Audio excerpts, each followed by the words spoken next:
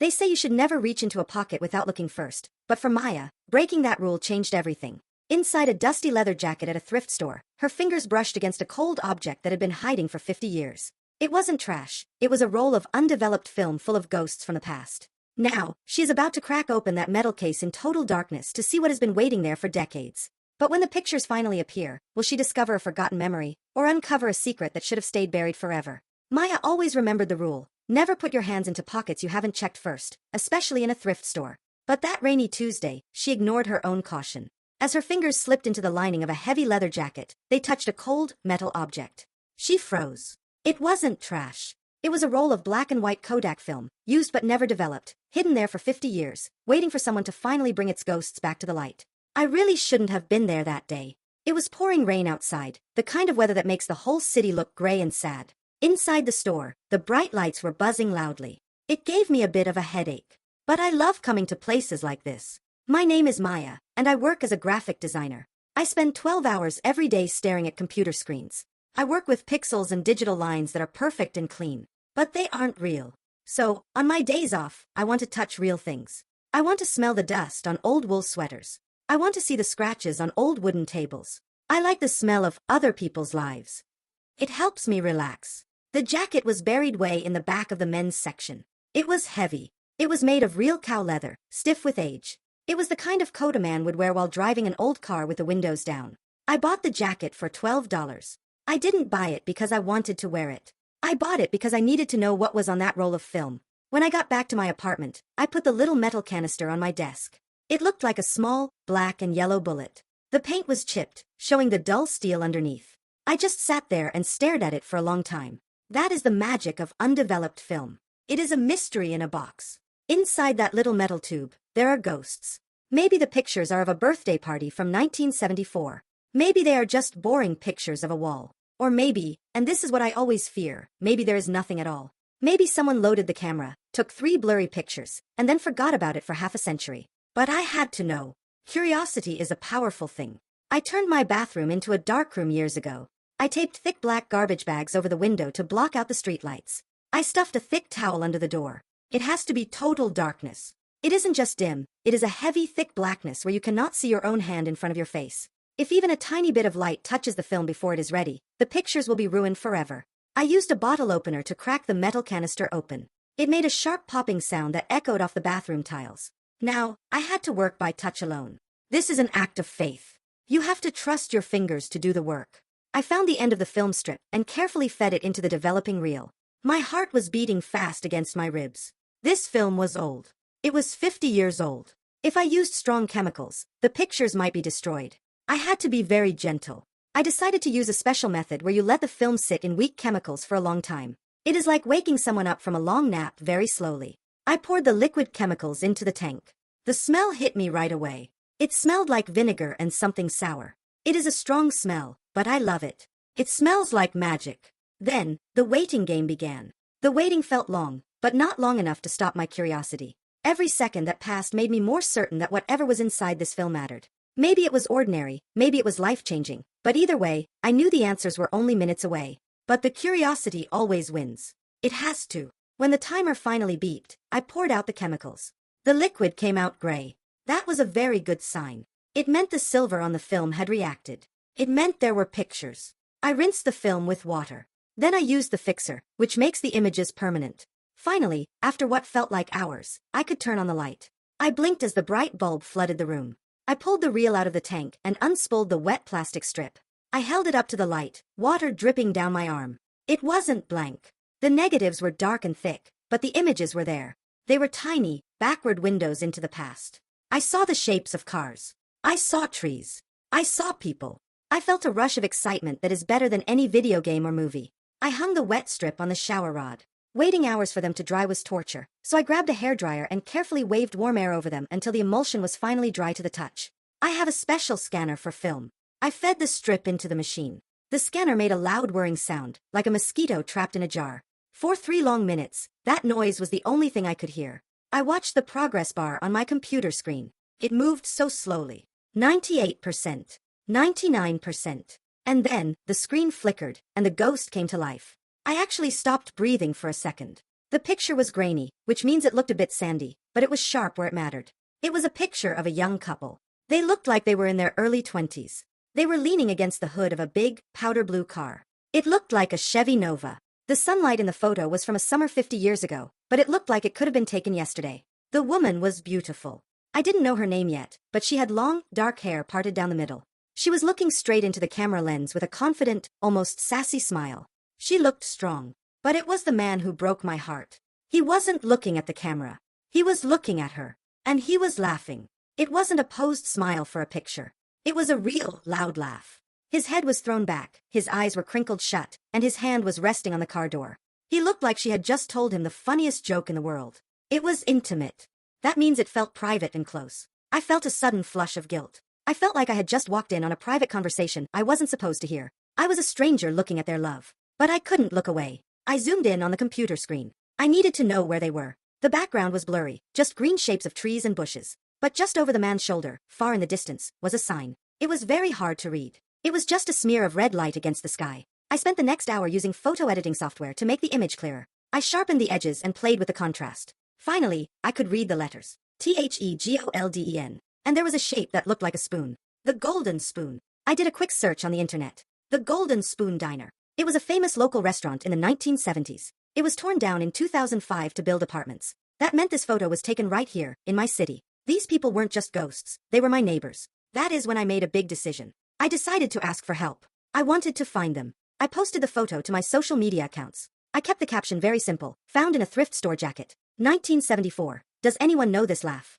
I put my phone down and went to the kitchen to make some tea. I needed to wash the taste of chemicals out of my throat. I tried to distract myself, but my mind kept going back to the laughing man. When I came back to my desk 20 minutes later, my phone was buzzing like crazy. The screen was full of notifications. The internet moves faster than real life. It is scary how fast it is. People were commenting on the car. They were commenting on the clothes the woman was wearing. There were thousands of likes. But amidst the noise, the emojis, the wild guesses, the people tagging their friends, I felt nervous. What if this wasn't a happy memory? What if something bad happened to them? What if they broke up the next day? I was scrolling through the comments, feeling worried, when a private message popped up at the top of the screen. It wasn't a public comment. It was a direct message. The user had no profile picture, just a gray shape. The message was short and serious. That is my Aunt Evelyn and Uncle James. Where did you get this?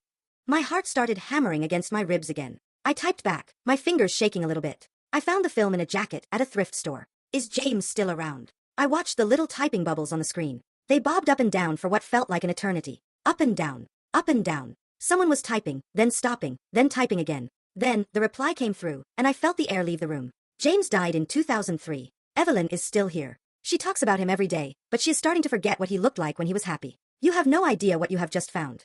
There is a strange feeling you get when a digital mystery becomes a real-life situation. For 3 days, that couple had just been pixels on my screen. They were just dots of light. But now, I was standing on a quiet suburban sidewalk, holding a large envelope. The pixels were gone. The comments were gone. There was just a house number, a concrete path, and the terrifying realization that I was about to walk into a stranger's life. The address the niece sent me led to a small, sunny house about 40 minutes outside the city. It was a quiet place. I remember the sound of my car door closing. It felt too loud, like a drum banging in a library. The air smelled like cut grass and flowers. I walked up the path, and that is when I saw her. Evelyn. She was sitting on the front porch in an old wicker chair. The chair creaked every time she moved. She looked different than the young woman in the photo, obviously. 50 years changes a person. Her hair was silver now, pulled back in a tight bun. She was wearing a sweater, even though it was warm outside. But her eyes were the same. They were sharp and dark. She looked guarded. She watched me walk up the path. She looked at me with suspicion, like I was trying to sell her something she didn't want. She didn't smile. She just watched my hands. You are the girl from the internet, she said. Her voice was scratchy and dry. It wasn't a question. She knew who I was. I am, I said, stopping at the bottom of the stairs. I'm Maya. I hope it is okay that I came. She pointed to an empty chair across from her. My niece said you found something. She said it was important.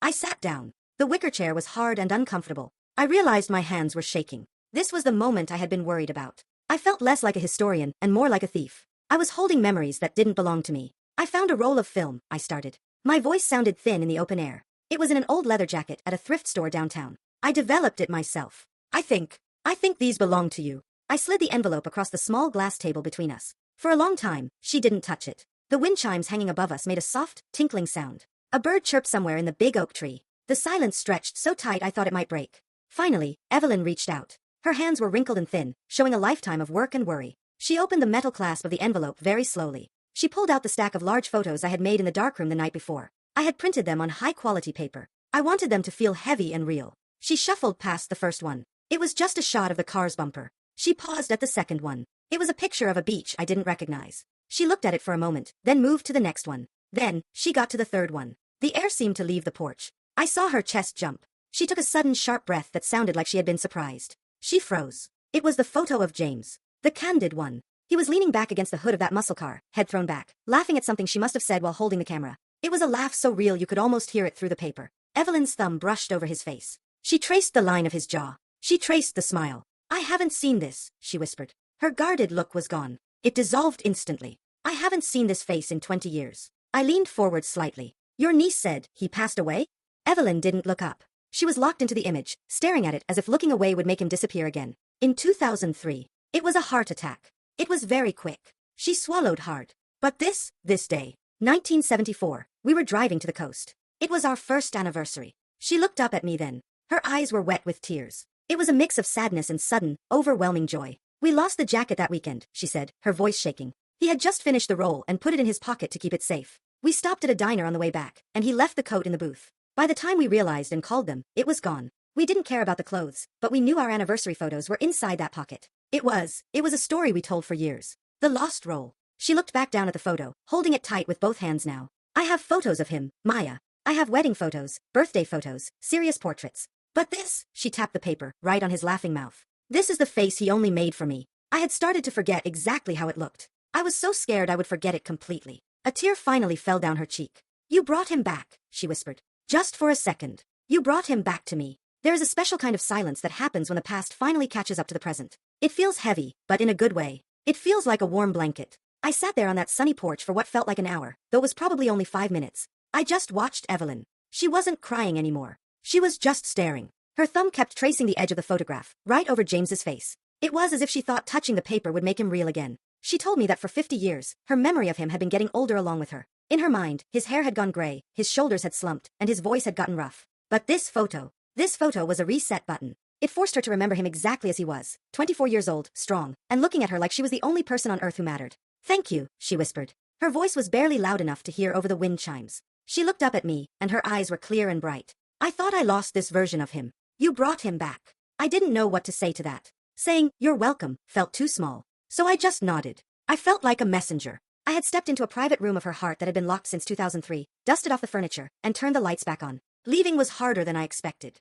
When I finally stood up to go, Evelyn grabbed my hand. Her skin was thin like paper, warm and dry. It was a connection that felt more real than any internet signal I have ever connected to. Walking back to my car, the sound of my boots on the gravel sounded very loud. I got in and shut the door. The silence of the suburban street was replaced by the stale air of my car. I pulled my phone out of my pocket. The screen lit up. There were hundreds of notifications. People were commenting on the video I posted. Strangers were sending me messages asking for updates. They were guessing about the mystery couple.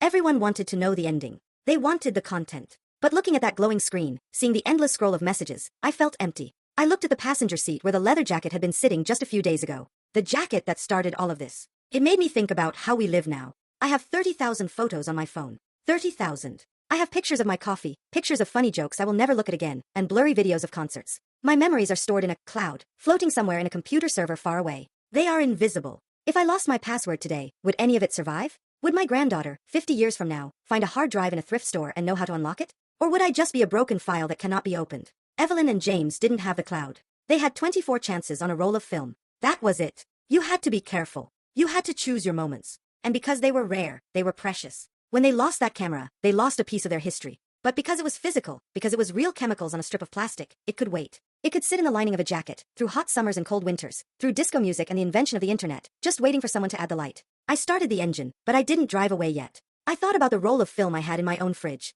It was a fresh roll of film I had been saving for a special occasion.